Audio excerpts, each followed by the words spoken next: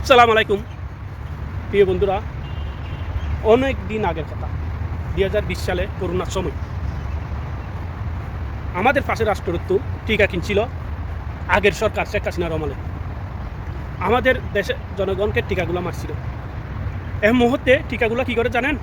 এখানে উতানি, এখানে উতানি, এখানে উতানি, পিছনে উতানি, এখানে উতানি, হাতে উতানি, রানে উতানি। কেমন ভালোবাসে দেখেন এ দেশে আমাদেরকে, জনগণকে। এ দেশ আমাদেরকে ভালোবাসে না, মুসলমানকে ভালোবাসে না। এ দেশে সরকার, জনগণ না। এ দেশের জনগণেরও দোষ দিই না, এ দেশের সরকারকে দোষ দিই। এ দেশের সরকার আমাদের বাংলাদেশের জনগণকে ভালোবাসে না। আমরা মুসলিম, এরা মুসলিমকে ভালোবাসে না। এতে প্রমাণ, আপনার কাছেও প্রমাণ আছে, সবাইয়ের কাছে প্রমাণ। আমরা প্রতিবেশী, আমরা জনগণকে ভালোবাসি। তারা যদি আমাদেরকে সুন্দর আচরণ করে, তারা আমাদের ভালোবাসতে হবে। তারা সবসময় আমাদেরকে সুন্দর আচরণ করে না, প্রবাদ দেখায়।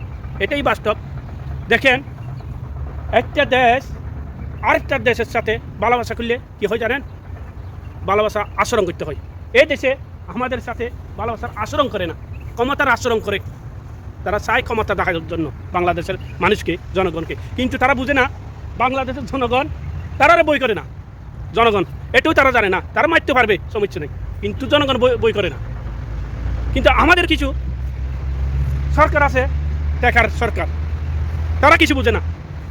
জনগণের দিকে দেখে না, তারা নিজের জেফের দিকে দেখে।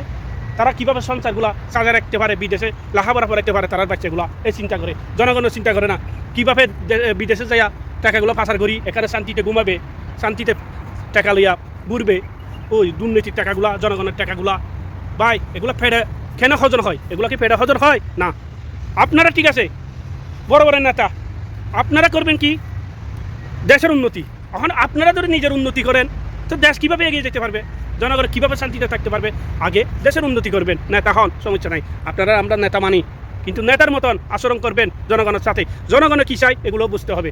আপনারা এমন কিছু কিনবেন দেশের জন্য, আমাদের দেশে যে জিনিস কিনবে আমাদের দেশে ব্যবহার করতে পারে। আপনারা এমন কিছু জিনিস কিনবেন না আমাদের দেশে ব্যবহার করতে পারে না, এই জিনিস কিনবেন না। এগুলো কিনে হলে লাভ নাই, টাকাগুলো লস করে হলে লাভ নাই। আপনারা কিনবেন আমাদের বিরুদ্ধে আক্রমণ করলে আমরাও যেন এর যেগুলো জিনিস কিনবো এগুলো আমরা যেন প্রতিবাদ করতে পারি, এগুলো তারার বিরুদ্ধে যেন কাজে লাগাতে পারি। এভাবে জিনিসগুলো কিনবেন।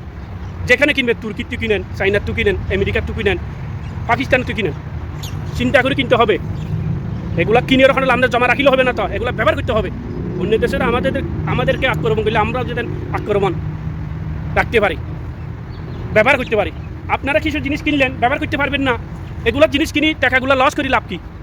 চিন্তা করে কিনবেন। যে ক্ষমতায় আসেন, বিএনপি আসেন, জামাত আসেন, সারমে, আপনারা চিন্তা করে করবেন। বর্তমানে সরকার চিন্তা করবেন, এমন জিনিস কিনবেন যেন ব্যবহার করতে পারি। ব্যবহার যেন করতে না পারলে জিনিসগুলো কিনবেন না। দেশের লস করবেন না, জনগণের লস করবেন না।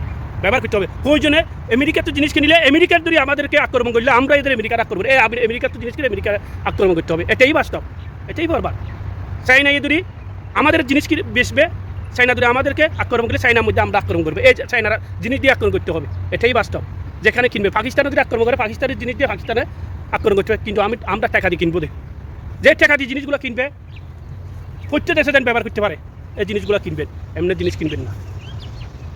টাকা দিয়ে জিনিসগুলো ফালা রাখি লাভ নাই। দেখেন আরবদৌলার মধ্যে জিনিসগুলো কিনে ব্যবহার করতে পারে না, যেমন আমরা ব্যবহার করতে পারি, আরবদৌলা ব্যবহার করতে পারে না। দেখেন কাতারও ব্যবহার করতে পারে না, সৌদি আরব ব্যবহার করতে পারে না, আমিরাতও ব্যবহার করতে পারে না, কুয়েতও ব্যবহার করতে পারে না। যেগুলো আরব দৌলা আছে, আরব রাষ্ট্র আছে, তারা এই জিনিসগুলো ব্যবহার করতে পারে না। জিনিসগুলো ব্যবহার করতে হবে, এভাবে কিনবেন। আশা করি ইনশাআল্লাহ কথাগুলো বুঝলেন। আল্লাহ হাফেজ। যদি পারেন একটা লাইক আর একটা শেয়ার, ইনশাআল্লাহ। আল্লাহ হাফেজ।